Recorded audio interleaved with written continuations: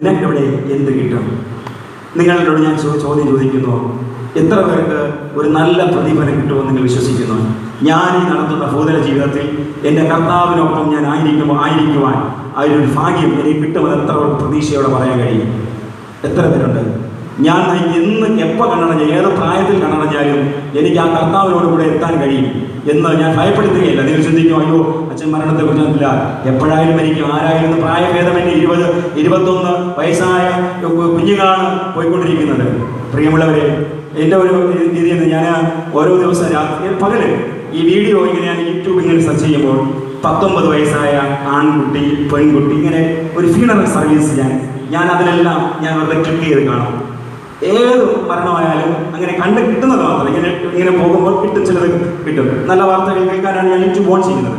അപ്പോൾ ഇങ്ങനെ മരണത്തിൽ വേർപാടുന്നത് 19 വയസ്സ് 20 വയസ്സ് നല്ല ഐശ്വര്യമുള്ള പെൺകുട്ടികൾ, ഐശ്വര്യമുള്ള ആൺകുട്ടികൾ, ഇങ്ങനെ ഞാനതെല്ലാം ഇങ്ങനെ കാണും. അപ്പോൾ അച്ഛന്മാരെല്ലാം പറയുന്ന അനുശോചന വാക്കുകൾ കേൾക്കും. പ്രിയമുള്ളവരെ, ഓരോരുത്തർ കമൻറ്റ് ചെയ്യും, എന്തു പറ്റി, വാട്ട് ഹാപ്പൻഡ്? ഒരു കുട്ടി ഇങ്ങനെ പറഞ്ഞ 20 വയസ്സായ ഒരു കുട്ടി മരിച്ചു. അപ്പോൾ പലരും കമൻറ്റ് ചെയ്യും, വാട്ട് ഹാപ്പൻ, എന്ത് ഈ കുഞ്ഞിന് സംഭവിച്ചു? അവർക്ക് ദൈവം നിത്യശാന്തി കൊടുക്കട്ടെ, നിത്യതയിൽ കർത്താവ് ചേർത്തിരുത്തട്ടെ, ഇങ്ങനെയൊക്കെയാണ് കമൻറ്റുകൾ. പ്രിയമുള്ളവരെ, ഞാനും നിങ്ങളും ഈ ഒരു പ്രതിഫലത്തിന് വേണ്ടിയാണ് ഈ ഭൂതലത്തിലായിരിക്കുന്നത്. ഓരോരുത്തരും അവനവന്റെ പ്രവൃത്തിയുടെ ഫലം കിട്ടും. നീ വിതയ്ക്കുന്നതിനെ നീ കൊയ്യും. നേരായി നടന്നാൽ ദൈവം വാഗ്ദാനം ചെയ്തിരിക്കുന്ന ഇടം നിങ്ങൾക്ക് കിട്ടും. നീ അഹങ്കാരിയായി ജീവിച്ചാൽ അതിന്റെ പ്രതിഫലം നിനക്ക് കിട്ടും. നീ തന്നെത്താൻ ഉയർത്തിയാൽ അതിന്റെ ഫലം നീ താണുപോകും, അതിന്റെ ഫലമേ കിട്ടത്തുള്ളൂ.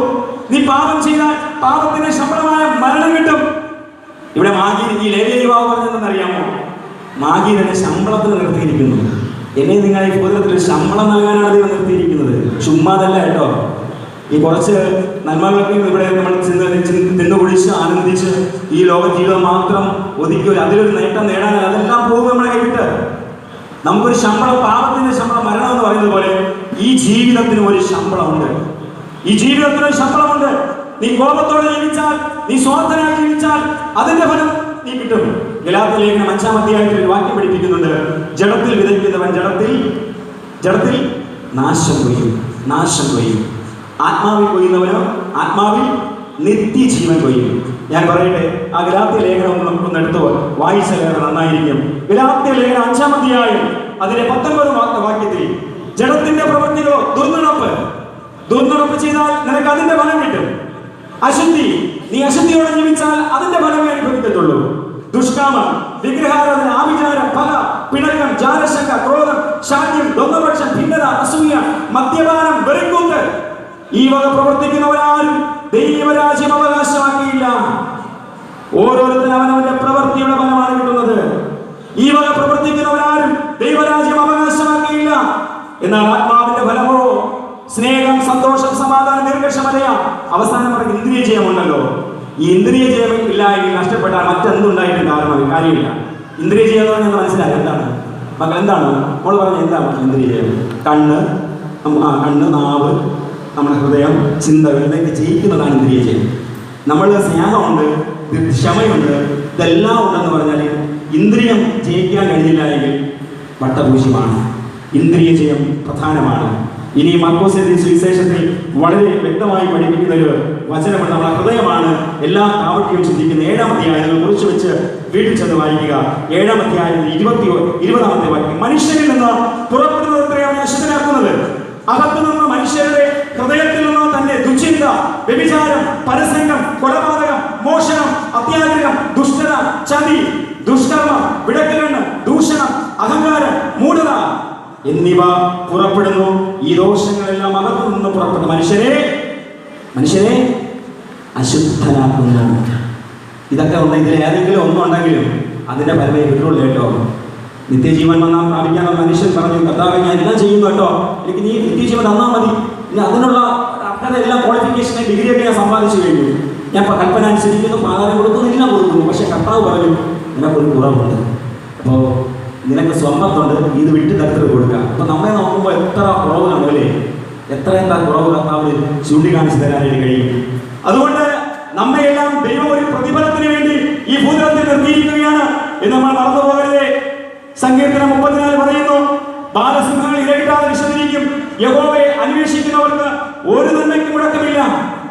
സഭാപ്രസംഗി പറയുന്നു 3-ാം അധ്യായം 1-ാം വാക്യം, എല്ലാറ്റിനും ഒരു സമയമുണ്ട്, ഇത് ദുഷ്കാലമാകയാൽ സമയം തക്കത്തിൽ പ്രയോജനപ്പെടുത്തിക്കൊള്ളുവിൻ. എല്ലാത്തിനും ഒരു സമയമുണ്ട്. ജനിപ്പാൻ ഒരു കാലം, നടാൻ ഒരു കാലം, മരിപ്പാൻ ഒരു കാലം, സൗഖ്യമാകാൻ ഒരു കാലം, പണിയാൻ ഒരു കാലം, ഇടിച്ചു കളയാൻ ഒരു കാലം, കരയാൻ ഒരു കാലം, നഷ്ടമാകാൻ ഒരു കാലം, സൂക്ഷിച്ചു വെക്കാൻ ഒരു കാലം, ചിരിക്കാൻ ഒരു കാലം, വിലപിക്കാൻ ഒരു കാലം, സ്നേഹിപ്പാൻ ഒരു കാലം, ദേഷിക്കാൻ ഒരു കാലം. എല്ലാത്തിനും ഒരു സമയമുണ്ട് പ്രിയമുള്ളവരെ. സമയം നഷ്ടപ്പെടുത്തിയാൽ ധനവാനെ പോലെ ചോദിക്കേണ്ടി, കർത്താവേ ഒന്ന് നാവിന്റെ എന്റെ വിരലിന്റെ അറ്റം ലാസറിന്റെ നാവിൽ മുക്കി എന്നെ തണുപ്പിക്കണമേ എന്ന് ചോദിക്കേണ്ടി വരും. നമ്മുടെ ജീവിതം ശമ്പളത്തിന് ദൈവം ഒരു വളരെ അർഹതപ്പെട്ട നന്മയ്ക്ക് വേണ്ടി ഭൂതലത്തിൽ നിർത്തിയിരിക്കുന്നു. ആവർത്തന പുസ്തകം 28-ാം അധ്യായം പഠിക്കുമ്പോൾ, നീ അനുസരിച്ച് പ്രമാണിച്ച് കേട്ട് ചെയ്താൽ നിന്റെ ഈ അനുഗ്രഹങ്ങളെല്ലാം നിനക്ക് സംഭവിക്കും.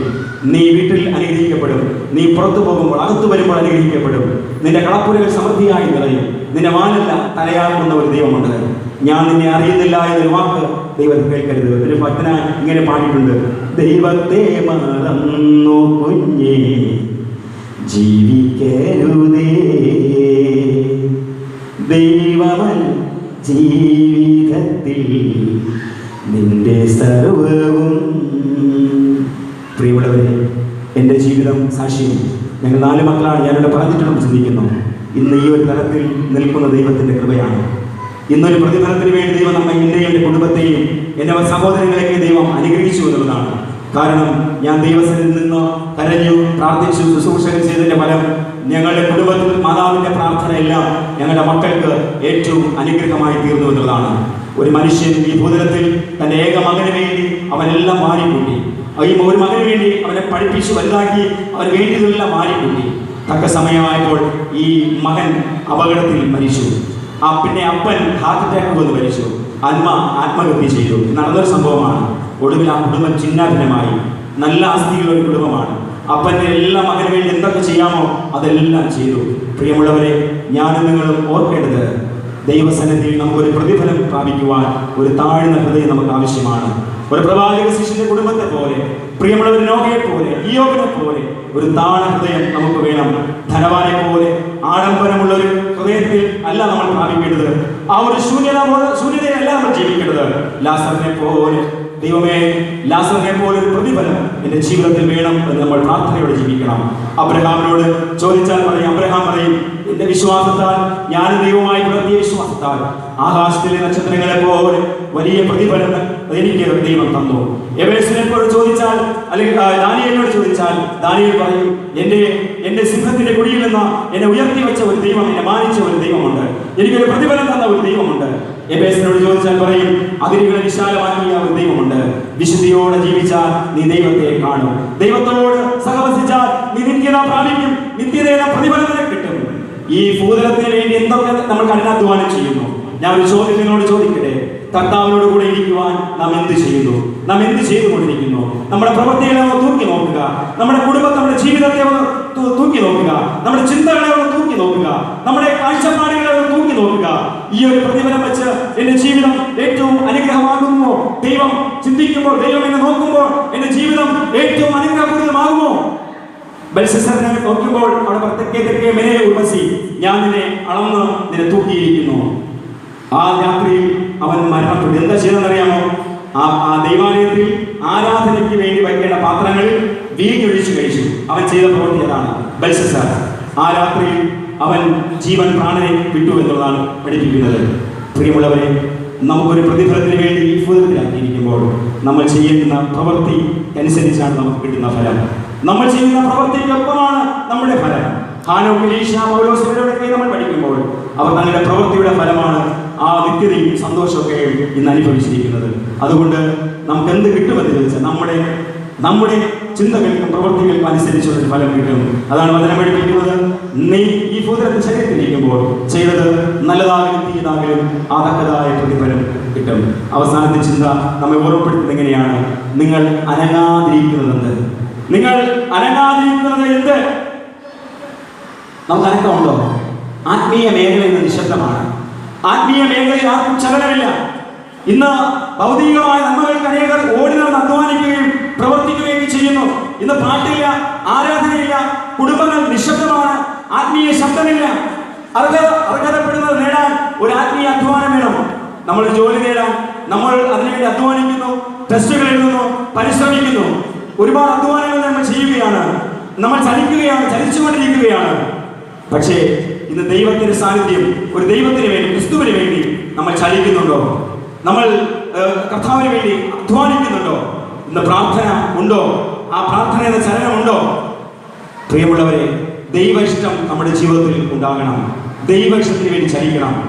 നമ്മുടെ ചലനം പേരിനും പ്രശസ്തിക്കും പദവികൾക്കും സ്ഥാനമാനത്തിനും നേട്ടത്തിനൊക്കെയും വേണ്ടി നമ്മൾ ഒരുപാട് ചലിക്കുകയാണ്. യാക്കോബ് ഒരു രാത്രിയിൽ ചലിച്ചപ്പോൾ അവൻ ഇസ്രായേലിനായി രൂപാന്തരപ്പെട്ടു. പുതിയ പേര് ലഭിച്ചു. ഹിസ്കിയാവ് കരഞ്ഞപ്പോൾ ആയുഷിന്റെ 15 സംവത്സരം അവന് തിരികെ കിട്ടി. ബദ്ധ്യമായി അടങ്ങിയിരുന്ന അവൻ ചലിച്ചപ്പോൾ അവന് കാഴ്ച പ്രാപിച്ചു. പ്രിയമുള്ളവരെ, രക്തസ്രാവക്കാരിയായ സ്ത്രീ ആ വസ്ത്ര തിരക്കുകൾക്കിടയിൽ കൂടെ യേശുവിന്റെ വസ്ത്രത്തെ തൊട്ടപ്പോൾ, അവൾ ചലിച്ചപ്പോൾ അവളുടെ 12 വർഷമായ രോഗങ്ങൾ സൗഖ്യമായി. 38 വർഷക്കാലം ബെഥസ്ദാപുരത്തിൽ കിടന്നവൻ ചലിക്കാൻ ആരംഭിച്ചപ്പോൾ അവന്റെ ജീവിതത്തിൽ ഒരു പുതിയ രൂപാന്തരം ഉണ്ടായി. വിലാപങ്ങൾ 2:4 പറയുന്നു, ആകയാൽ അടങ്ങിയിരിക്കാതെ രാത്രിയുടെ യാമാരംഭത്തിൽ എഴുന്നേറ്റ് നിലവിളിക്കുക. നമ്മുടെ കുടുംബങ്ങൾക്ക് വേണ്ടി എത്ര മാതാപിതാക്കളാണ് കരയുന്നത്? എത്ര പേരാണ് നമ്മുടെ തലമുറകൾക്ക് വേണ്ടി പ്രാർത്ഥിക്കുന്നത്? നമ്മുടെ മക്കൾ, അമ്മമാർ പ്രാർത്ഥിക്കും. എപ്പോഴാണ് പ്രാർത്ഥിക്കുന്നത്? മക്കൾക്ക് നല്ല വിവാഹാലോചന വരുമ്പോൾ പ്രാർത്ഥിക്കും, യേശുവേ നല്ല കുടുംബം കൊടുക്കണമേ. ഞാൻ പറയുന്നത്